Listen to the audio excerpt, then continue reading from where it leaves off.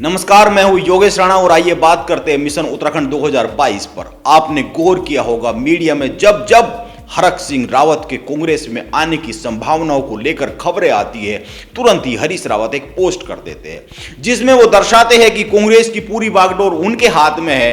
अब भी ऐसा ही हुआ है।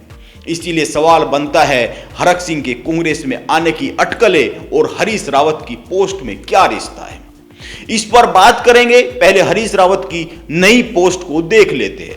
हरीश रावत की नई पोस्ट कांग्रेस के अंदर की बहुत सारी बातें सामने ला रही है और लग रहा है कि हरीश रावत का भरोसा डगमगा रहा है। हरीश रावत ने अपनी ताजा पोस्ट में लिखा है, पिछले दिनों दिल्ली में पार्टी नेतृत्व ने निर्णय लिया कि उत्तराखंड विधानसभा चुनाव में पार्टी के अभियान का नेतृत्व पूर्णतः हरीश रावत के हाथ में होगा। मुझे लगा कहीं नेतृत्व शब्द को जनता मेरा अहंकार न समझ ले, इसीलिए मैंने नेतृत्व के बजाय अगुवाई शब्द बोल दिया और नेतृत्व कहने पर माफी मांग ली। इसके बाद हरीश रावत ने जो लिखा उसका सार यह निकलता है कि हरीश रावत द्वारा नेतृत्व शब्द पर मांगी गई उनकी माफी और उसके बाद अगुवाई शब्द का इस्तेमाल करने से कांग्रेसियों में यह संदेश चला गया कि चुनाव की बागडोर पूरी तरीके से उनके हाथ में नहीं है। वो अपनी इस नई पोस्ट से उत्तराखंड के कांग्रेसियों को 3 संदेश दे रहे हैं।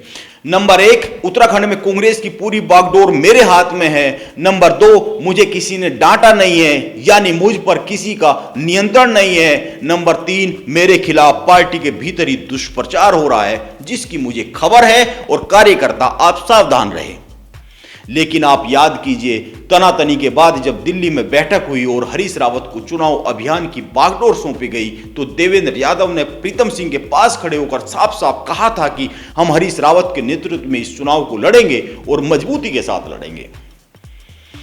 इसीलिए नेतृत्व शब्द पर सवाल कहां से आ गए हैं, इसीलिए 2 सवाल बनते हैं। नंबर 1, जब देवेंद्र यादव और प्रीतम सिंह ने कह दिया कि हरीश रावत का नेतृत्व स्वीकार है तो फिर क्या बात रह गई।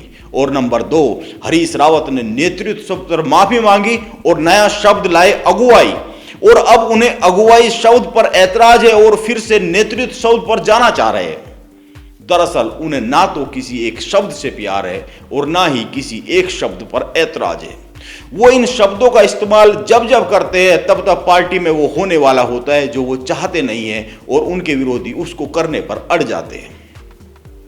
इसीलिए यह समझना चाहिए कि अब पार्टी ऐसा क्या करने जा रही है, पार्टी में उनके विरोधी ऐसा क्या करने जा रहे हैं जिसको वो रोकना चाहते हैं। पहली बात जो सबके सामने है, कई सारी सीटों पर टिकट को लेकर झगड़ा चरम पर पहुंच चुका है। लेकिन वजह एक और भी है और वो यह कि भाजपा के खेमे से 3 बड़े लोग कांग्रेस में आने के लिए बोरिया बिस्तर पैक किए बैठे हैं। लेकिन हरीश रावत नहीं मान रहे हैं। वजह तो बहुत सारी है, लेकिन एक बड़ी वजह यह भी है कि अगर वे आते हैं तो हरीश रावत की एक बड़े खास का टिकट कट सकता है, क्योंकि उनमें से एक उस सीट पर आ रहे हैं अगर ये लोग कांग्रेस में आए तो।